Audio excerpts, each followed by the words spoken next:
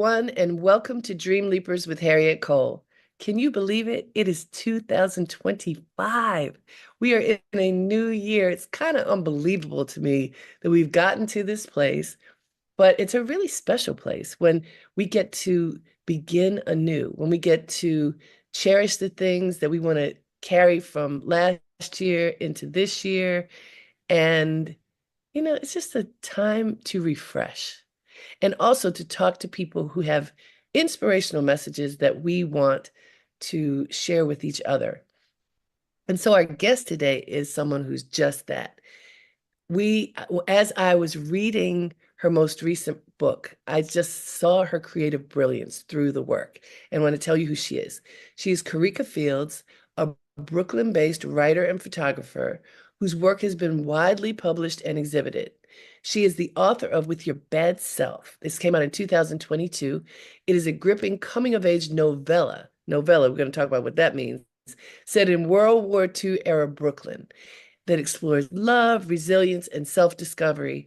And it earned recognition as a must-read on NBC's Today Show. That's really good. Kerika also penned the best-selling relationship recovery guide, He's Gone, You're Back. The right way to get over Mr. Wrong. We'll talk about that too, right? And it's now celebrating its 15th anniversary with a fresh introduction and accompanying journal that is coming out this month in January 2025. Through her heartfelt storytelling, Kerika continues to captivate audiences and inspire readers with narratives that resonate deeply. You know me, I'm a writer first. Many people who come and fellowship with us on Dreamleapers are writers or want to be writers. And so I'm excited to have a writer help us kick off this year. Please join me in welcoming Kerika Fields. Thank you so much for having me. Happy New Year. I'm just so happy to be here, and I'm happy to be talking to you Yeah. because I've been a fan of your writing for years, from the Essence days. Yes, thank you so much. So we were reminiscing behind the scenes, folks, those of you who are tuned in. Like, when did we meet? It's funny when you've been in this business for a long time, there's so many different intersections, but the entertainment industry is, I think, the space where we met. You said we saw each other It at a was a dating dang dance party. That's how long ago this way back was. in the 90s. That's going to be in the 90s, I think. Yes, yes, yes, Which yes. And I've done a lot of work in the music industry, doing a lot of coaching for artists, and there's so many intersections that people have when they are on their game, working hard, Yeah, and certainly that is what you have been doing. So as I mentioned, Kerika, a lot of people who are part of my community are writers or want to be writers. And many mhm, people dream about it but don't actually do it. So mhm. this novella, With Your Bad Self, it's a small book, not that many pages. I want to tell people that the writing captivates you. So even though there are not that many words, well, actually, for some people, that's appealing because they're not scared that it's so many pages. Mhm. But each page is filled with imagery, a lot of resonant imagery that really takes you into this World War II time period and what people were going through. Tell us first, what in the world is a novella? Okay, a novella is a story, but it's under like under 100, I think it's under 100 pages is the limit. It could be considered a short story, but it really has a beginning, a middle, and an end. A lot of books that we are familiar with, we didn't know were novellas. Like Of Mice and Men was a novella. Okay. The story movie Shawshank Redemption was a novella by Stephen King. Wow. Or Hayworth or something like that. Remember the Shawshank Redemption with the poster? So I can't remember the name of that book. That was a novella. Um, Toni Morrison has wrote a novella. I can't remember the name of it, called Reticence or something. A lot of people aren't familiar with it. So Okay. basically, a novella is just a short story. It's for publishing purposes, so they can Okay. categorize everything. Yeah. And what made you decide to do that? Like, were you in a writer's workshop or somebody Um, suggested the idea?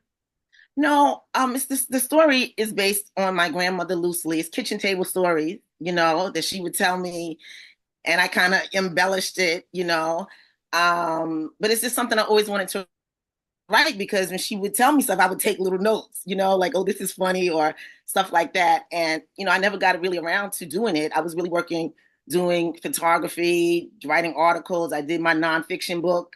So I was more doing nonfiction, but I always wanted to like play with the creative writing fiction part. And I think a novella, it felt safe, but when I started to write it, I wasn't thinking I'm going to write a novella. I was thinking I'm going to write the story. I didn't know how many pages it was going to be, And it just turned out and to be that.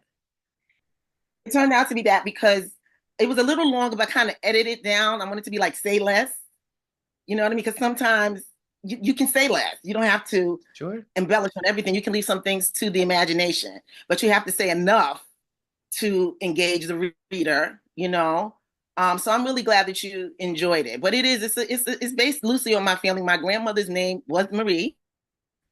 My great grandmother's name was Harriette, and my grandfather's name was Robert. But all the other names have been changed. So let's talk about this thing. And if you talk about your grandmother, maybe you won't give away too much of what's in the novella. Mhm. Tell me, I love stories of families and when you sit at grandma's knee, the things that you learn. Also, just this notion of going from the Great Depression to World War II, and this is a Black family, and so we get to Mhm. see what Black people went through during this period. And I've read plenty of nonfiction about this period, but not so much fiction. Mhm. So this fiction is based on truth. What Mhm. was your grandmother telling you? She was telling me just like she was kind of vague, like be strong, and she would say stuff like, you get your heart broken. The story about Benjamin, who she falls in love with, I won't give it away, was a joke because one day I'm sitting on the stoop in Brooklyn and she's going to the store, and I said, can I bring you anything from the store? And I said, yeah, Grandma, bring you back a tall, dark-skinned man, This is before I was married. And she said, girl, if I find one, I'm gonna keep him for myself. And then when she told me the story of someone that she was in love with before, she married my grandfather, even though she married my grandfather very young. So she told me the story of like this first love who went off to the war and the things that happened. So that it really started out as a joke between two of us. But we had And that kind of relationship, which was a blessing. I She was love that. And yeah. also the fact that she was comfortable enough to tell you about a first love. Yeah, that was the blessing. And it's so funny when my family read the book, they enjoyed it. But my mother would say, I didn't know, she didn't tell me that. I guess I have one of those faces. But my No, but also, grandmother, she always treated by the me as time, a human. by the time you get to by the time you get to grandchildren, you are not, I don't think you're as uptight about the lessons and Exactly. what you're supposed to say and what you're not supposed to say, right? Exactly. Exactly. Exactly. So I'm just grateful that I had that relationship with her. Mhm. And Mhm. as you were writing the novella, I mean, you got some information from your grandmother, but I've learned that fiction or nonfiction, you have to do research so that you know what that time period that Mhm. you're writing in meant to people and what kinds of things occurred to make sure that the way you're approaching time is sense. So what kind of research did you do about the Great Depression, about World War II, about that moment? Well, yeah, I did a lot of looking at a lot of photographs. I love photographs. That's why I chose this photograph for the cover of the book, Mhm. because the character goes to dancing. Lindy Hop was popular back then. And I looked at a lot of pictures. I did a lot of research on music. What kind of music were they listening to? What video? Who was the president? Those type of things. So I hope I captured it, but that's really what it was: photographs and going to the library. And I learned about my church. Brown Memorial Baptist Church was in Brooklyn, and that church was still around during that time, 1939. So I included that in the book, inadvertently. So little things to make it feel authentic And again, I'd said to you that a lot of people who are my audience are writers. And so that's why I want you to talk about this process because people sometimes think, well, I'm just going to start writing. And by the way, there's nothing wrong with just starting writing, but it's when you go back and build the structure and make sure that things are in place. However you do that, I have learned that it is very important in order for a story to hold up, that the bones of the story are based upon reality. Hmm. Even when it's, science fiction, it still has some basis in reality. And in this case, again, like I said, I think a lot of times we hear about the war aspect of Hmm. World War II, but not as much about the human dynamics. Although there is a part, like you describe, one of the things that happened during the war is a lot of women. Hmm. This is one of the first times that women were invited to work Hmm. because the men had been involved. They were gone because they were soldiers. Yes. And Yes. Yes. can you talk about that and what that, you allude to it a bit in the book about the sense of empowerment that some women felt when they were invited to work and what happened to those who didn't. Yeah, well, you can like historically, like right before the war, there was a time of the Great Depression was a few years before the World War II. So a lot of the people that were young women at that time had experienced lack, like serious, like going to the bread lines or not, really knowing how to stretch a chicken. You know what I mean? And using all of it, and not wasting anything. My grandmother would say, "Are we not picking up pennies today? We're not picking." Wow. Yes, yes. One day we were renovating one of the rooms in our house, and I'm pulling up tile, and it was a penny. I like walked past the penny. She said, "You're not picking up pennies today." So that kind of thing stays with you. Stays with those people. And I believe that, of course, as all women know, working gives you a sense of independence. You know what I'm saying? And that's one thing that my grandmother, even though she did um, housewife, something about her that she just that independence that she never lost, that came from knowing that she could take care of herself if she had to. I'm gonna It's ask, something about knowing that you can take care of yourself if you have. Karika, I'm gonna ask you to say that Excuse again me. because well, I couldn't hear you. So just tell me about your grandmother's independent spirit. Oh. I said this. There was always something about her, even though she was a housewife and raised beautiful children. There was something about her that was very independent and strong, and I believe that came from that time of working and knowing that I can take care of myself if I have to. I have the strength and the fortitude to take care of myself. I don't have to be dependent on someone, and that's a beautiful place to be It sure is. as a woman. I mean, it's a beautiful place to be in this day and age in 2025. It was a beautiful place to be in 1939, especially as a Black woman when there weren't that many opportunities. Hmm. Well, Yeah. that's something. Hey guys, this is Dreamleapers with Harriette Cole. We are in 2025. We're excited to be here, and we're talking with author Kerika Fields. She has released a novella, and we're talking about, deconstructing how she put it together, and what it has led us to is wonderful stories about her grandmother.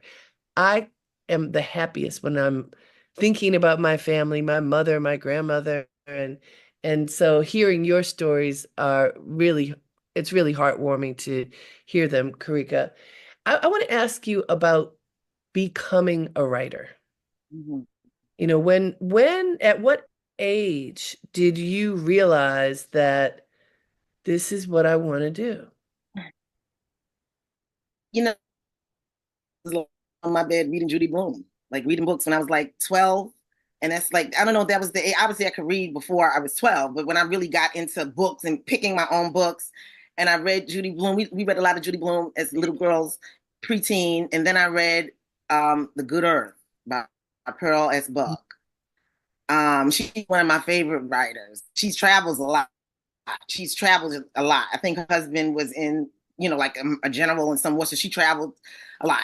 But anyway, I just remember reading and being so moved by, wow, I would love to. You ever, and you have to put it down for a minute, Yeah. like to digest the sentence or digest Yeah. the moment that the writer has created. I was like, I want to do that. You know what I mean? I want to do that. And then being in New York, I had so many creative people, but it's like I can sing, but that's not my dream. You know what I'm saying? Like that wasn't my dream to make people move people with my voice. You know what I mean? But I could carry a note. I can dance. But that my it's a dance on Broadway. My dream have a book on the shelf at Barnes and Noble with my name on it. So yeah, And that how was it old were to you me. when that dream was clear?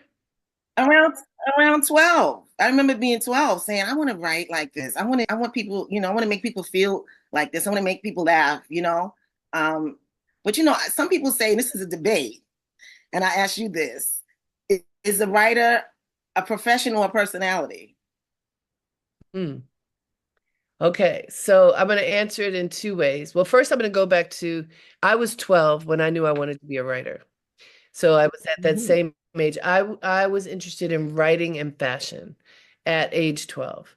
And in a way, I built a career that includes those things as anchors. Writing, style, presentation, they are integral to my work. So I definitely knew at age 12. At Mhm. age 12, I was writing poetry and hiding it in my closet in a shoebox. So, and I've never published a poem, but I knew I wanted to be a writer then. And is a writer what did you ask? What or a A person? personality or a profession? Well, obviously it's a profession, but or both. Well, and I'm going to say for some it's a profession, Right. some. And I will also say, Karika, I think that many people don't believe it can be. Many people don't believe that you can earn a living as a writer. Right. And I think both of us stand as testament that you can. Yes. Yes. And It's not and there are easy. many, yeah, there are many people who have made writing a career path. Mhm. I think as it relates to a personality, that's just a whole nother thing. I think if a writer gets to a certain level, personality in a way uh, includes an audience Mm. Mhm. and not necessarily an audience of your written word, but an audience of you. Mhm.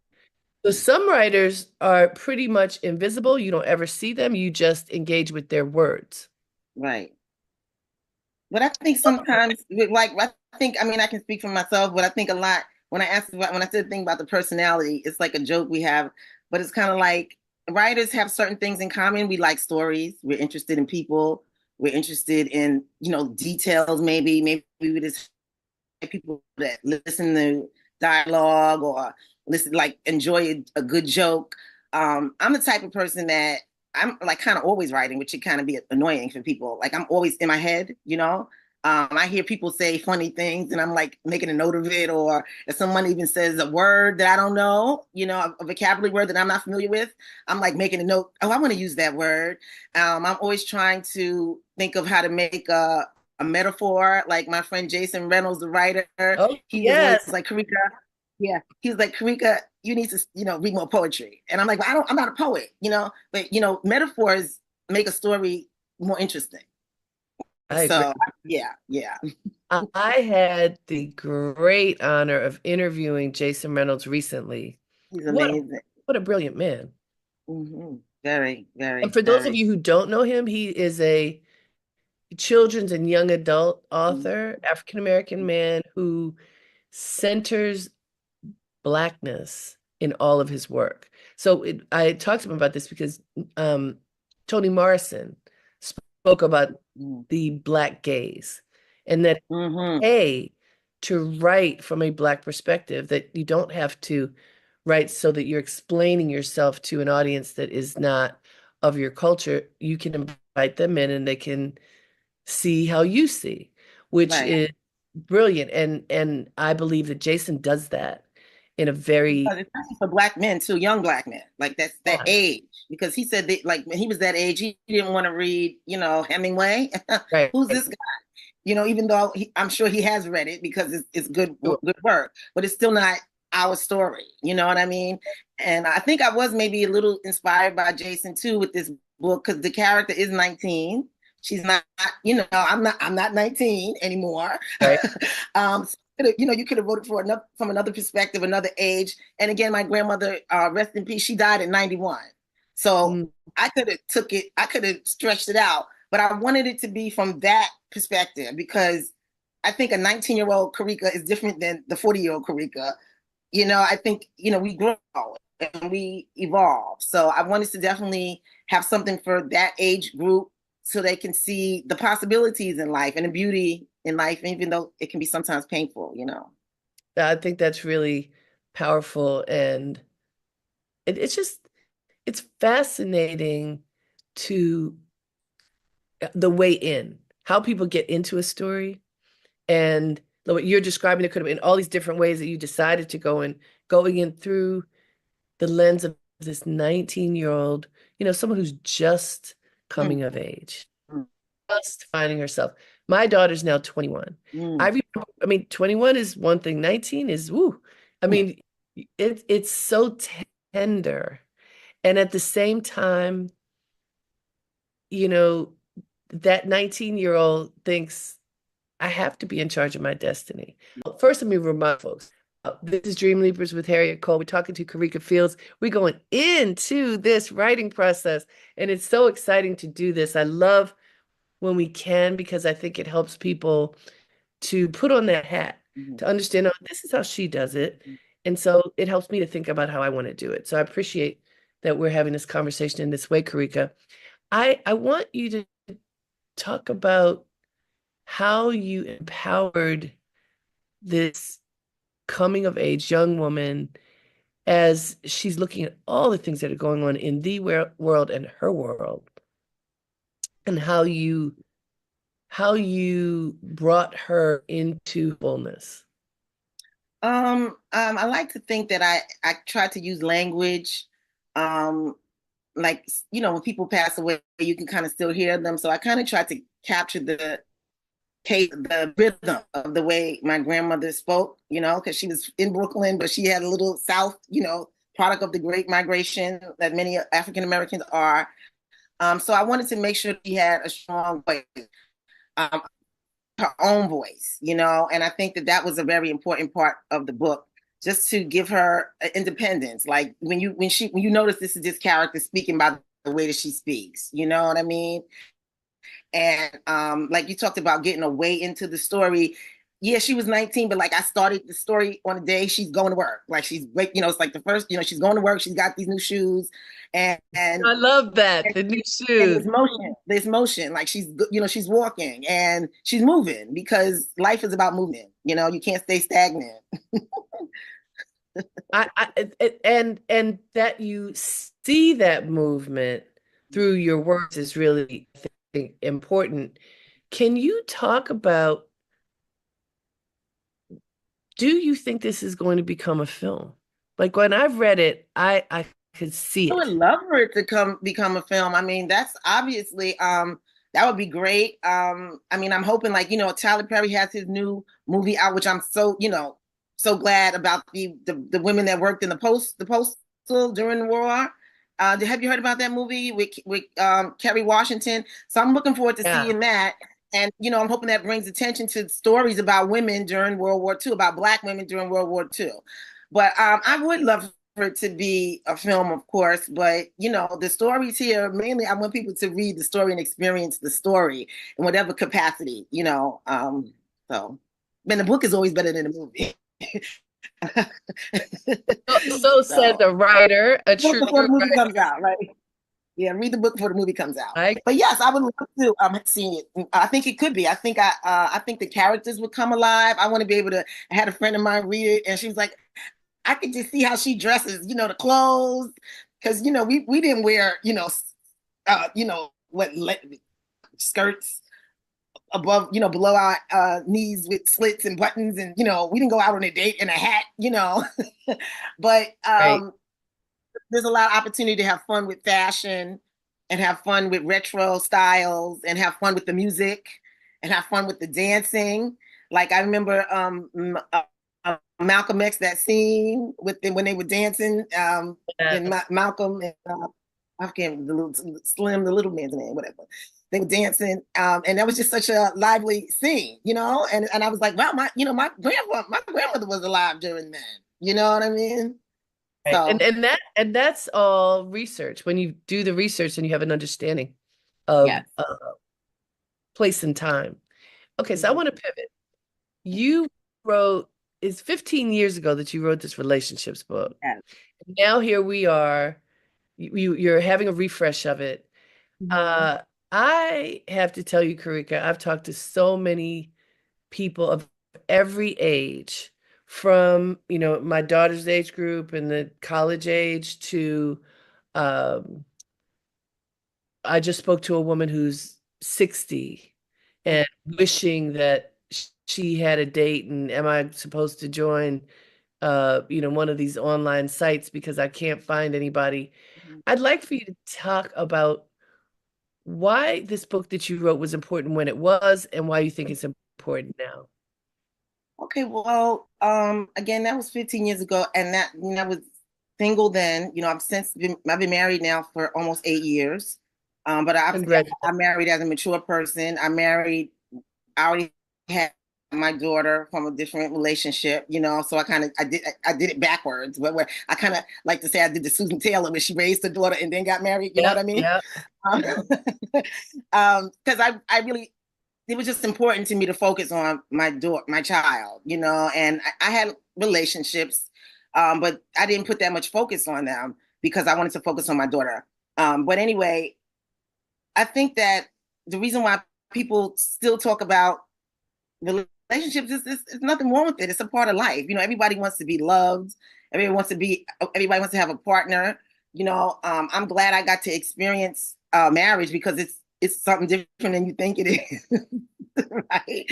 To experience it, you're really sharing so much with another person. You have to be very vulnerable. You know what I mean? But the main reason I Yes. wrote the book was because I wanted people to take responsibility for the role that they play in their heartbreak. It's like you could like a guy and then you like ignore the signs. You just the heart what's your heart, the heart what the heart wants, and then you pay the consequences. Oh Yes. well, did you have fun? Did you enjoy it? Did you learn something? Okay, maybe you cried some tears, but your complexion is fine. Like, I don't think that breakups should be so tragic. I think that people should be able to fall in love and move on. You don't have to hold on so much, but I think if you don't have that self-love, again, not to be cliche, if you don't have that self-love, it's harder for you to imagine moving on a bad relationship from the wrong, because some people are just not for you. You know what I mean? They really aren't, and it's your responsibility to say, what do I need out of a boyfriend, out of a husband, out of a friend? What do I need? And if I'm not getting it, nobody get that question for you. So those type of things I like to, I hope I touched on in that book, and I wanted to just do a new intro on it because again, it has been 15 years, and I've grown a lot since I first wrote it. I've been an empty nester. My daughter has since gone to college and moved out. So I had more time, I guess, to date and focus on another person besides myself and my daughter. And I just want people to really don't be afraid. Love is like the best part of life, kind of, to me. But you got to take the lumps, like you know what I mean? Like, heartbreak is because you love somebody. It hurts because it was beautiful. It hurts because it's over. But you can still take that love into the future, into the next relationship, hopefully, with the I, right attitude. I like your perspective, Karika. Also, as I said, I have a young woman who's my daughter, and as she will talk to me about her life, I'm learning, just the things that she's going through. But one of the that nobody told me when I was her age, when I was in college and dating, nobody said, "Oh, it's okay if it doesn't last forever." I mean, you say it's forever, but then say, I didn't hear any of this stuff. I didn't hear, okay, what was the good in it? Extract the good and keep on moving. I mean, for me personally, there was a lot of heartbreak when I was a young woman, in part because I thought I'm supposed to fall in love forever and this is supposed to be this magic relationship that's going to last forever. And that is not what happened. And I don't think it happens for most people. It's often, it's depending upon how young you are, it's really hard too for it to last a lifetime because you don't even necessarily know yourself that well. But, you also just mentioned getting married at a point when you were already a mature woman. You had a child, you had a life. And then you found someone as a mature woman and chose to enter this kind of formal relationship in that way. So one of the things, Karika, I want to ask you, because I've heard this from any number of people, when you are grown, when you're grown and you meet somebody, how much of a challenge do you think it is to be able to adapt and flow with another human being? And you have your ways, you have your beliefs, you have what you think is the right way. Well, I mean, it's still a challenge for me. Like my husband does not he won't throw away a sock with a hole in it. Like, like, I'm like constantly fighting clutter. You know what I mean? So stuff like that. But the person has to be worth it. You have to make compromises. Everybody knows you have to make compromises to be in a relationship, but it can't be a compromise that depletes you. You know what I mean?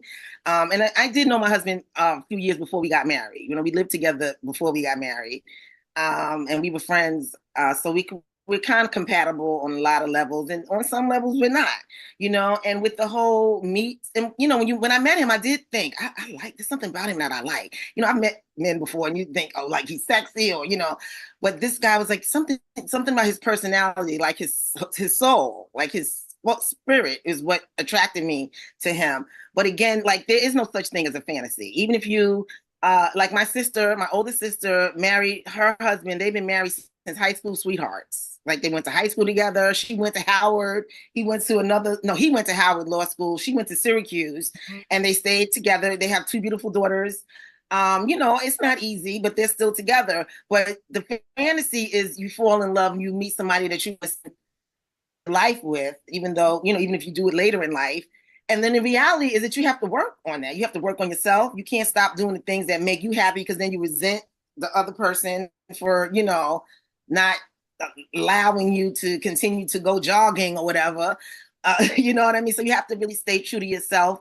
You have to realize that, this person is really an individual and you really can't change people. It's not You really can't. turn people. And And you got to that be like, is, can I accept this? Like, can I love this person with what I know? You know what I'm saying? Can I deal with this? And if the answer is yes, then God bless you and go forward. If the answer is no, then keep on looking. You know what I mean? amen to that. Hey guys, this is Dreamleapers with Harriette Cole. We are going deep in relationship talk here with Kerika Fields, who has written a book about it. And in fact, that book has a new intro 15 years later because the same issues are the issues that we deal with. And I think you make a really important point. The people we love the most are the ones that we care about the most. And so it's like, well, they can impact us differently, right? And yet we cannot change anyone. That is such an important point. We're lucky if we can change ourselves, right? Which I think is no easy feat. But give us a sense, because this is the beginning of the year where we're talking to folks who could probably use some very practical advice on this. So if you think of yourself, not giving away too much information, but when you find yourself in a conflict, how do you resolve a conflict with your spouse so that you feel like you both are honored in this situation and you can move on? Yeah, that's always this difficult, because sometimes you can have an issue. For me, it's timing. Like I can tell, like, oh, he's in a bad mood. I'm not even gonna bring it up. Like, you know what I mean? And he can tell with me, like, I don't really want to talk about this right now. Like, don't come in the room bringing up something from yesterday when I'm writing, or the door is closed. So sometimes it's about timing.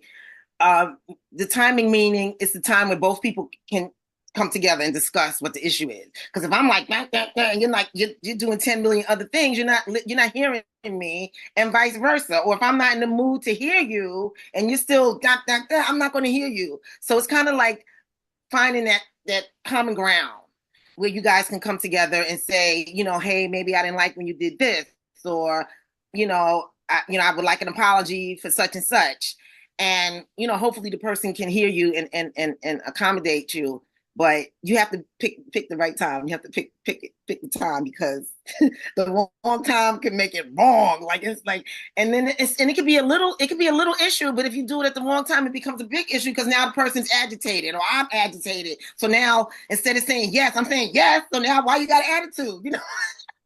And then it's like it's like a big Yes, brawl. And indeed. instead of just, we were having tea together and we brought it up, it would be Right. a different response. So sometimes it's about picking the right time. Pick your battles. The right time. Well, it's interesting you say that. So I practice meditation, and I learned this wonderful thing that I follow whenever I'm conscious of it, anyhow. It's called the Four Gateways of Speech. It came Mm. from a Sufi saint called Rumi. You might have heard of him because a lot of his works that are published. So the Four Gateways of Speech. Is it true? Mm. Is it timely? Mm. Is it kind? Is it necessary?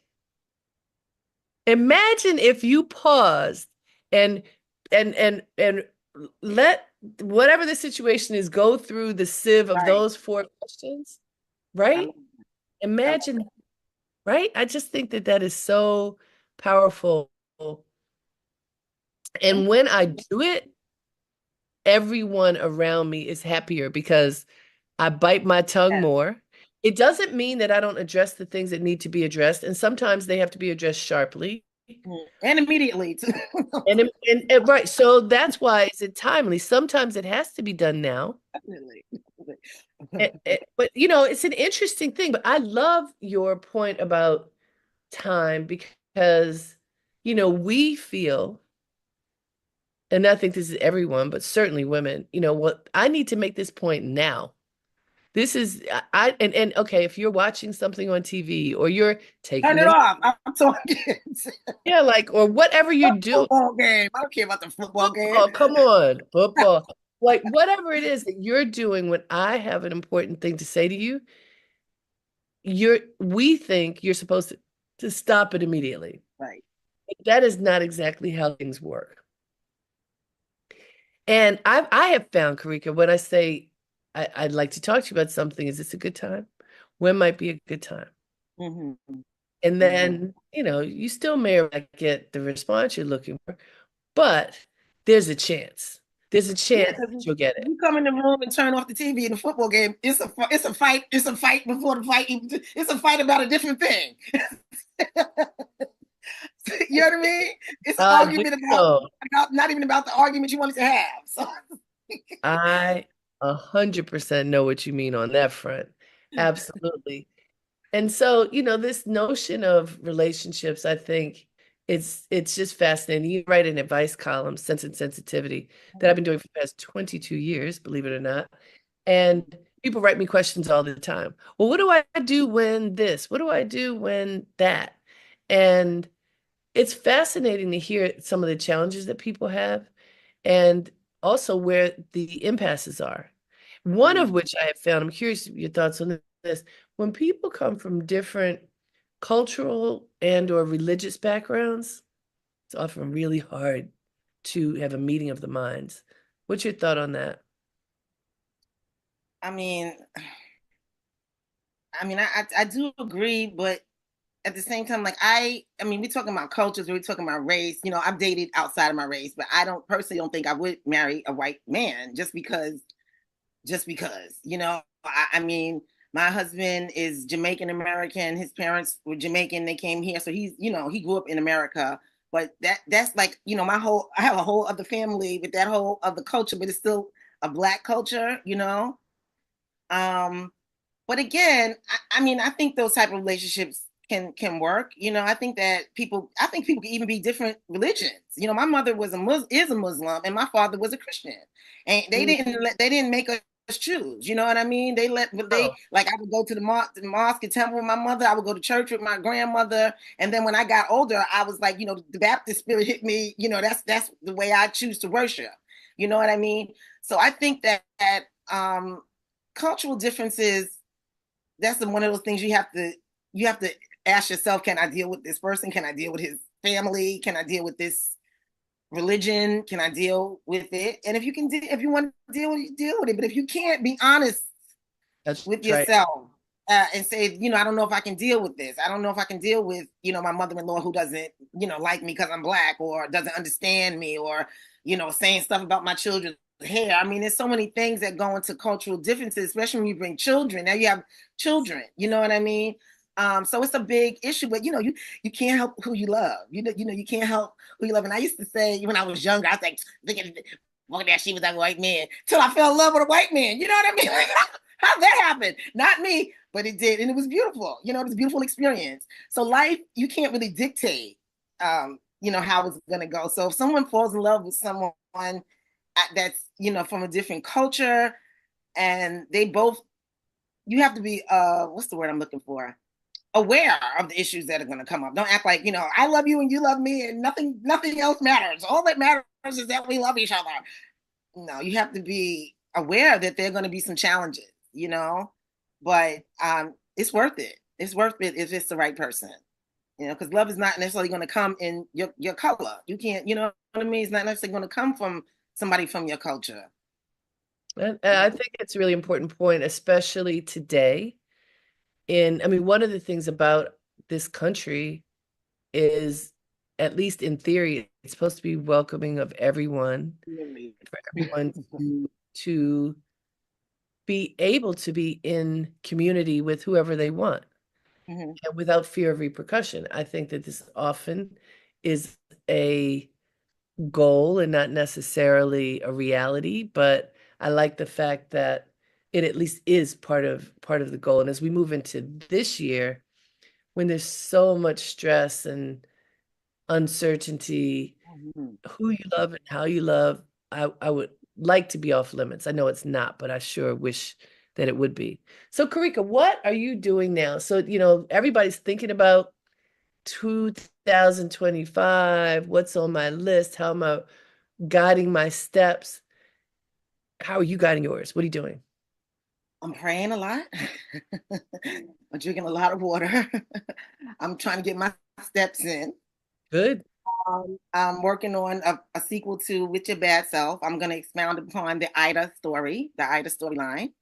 For those of you that have read the book, um, it's probably going to be a novella also, because I think I'm having fun with this Yeah, the this short form. format.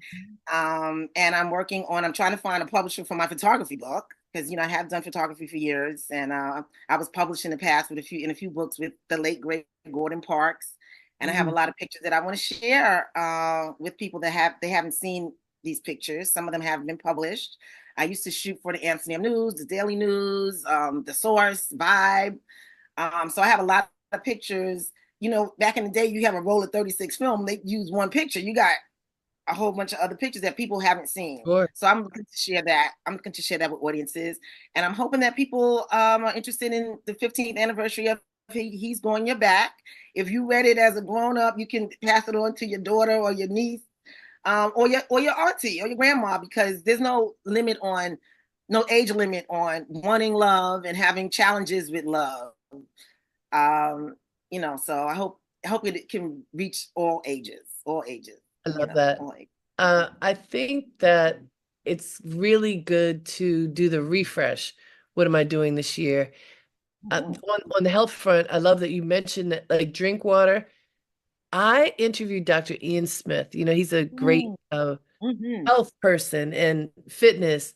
And he said that one of the 5 things that he recommends to every single person for better health is to drink dramatically more water.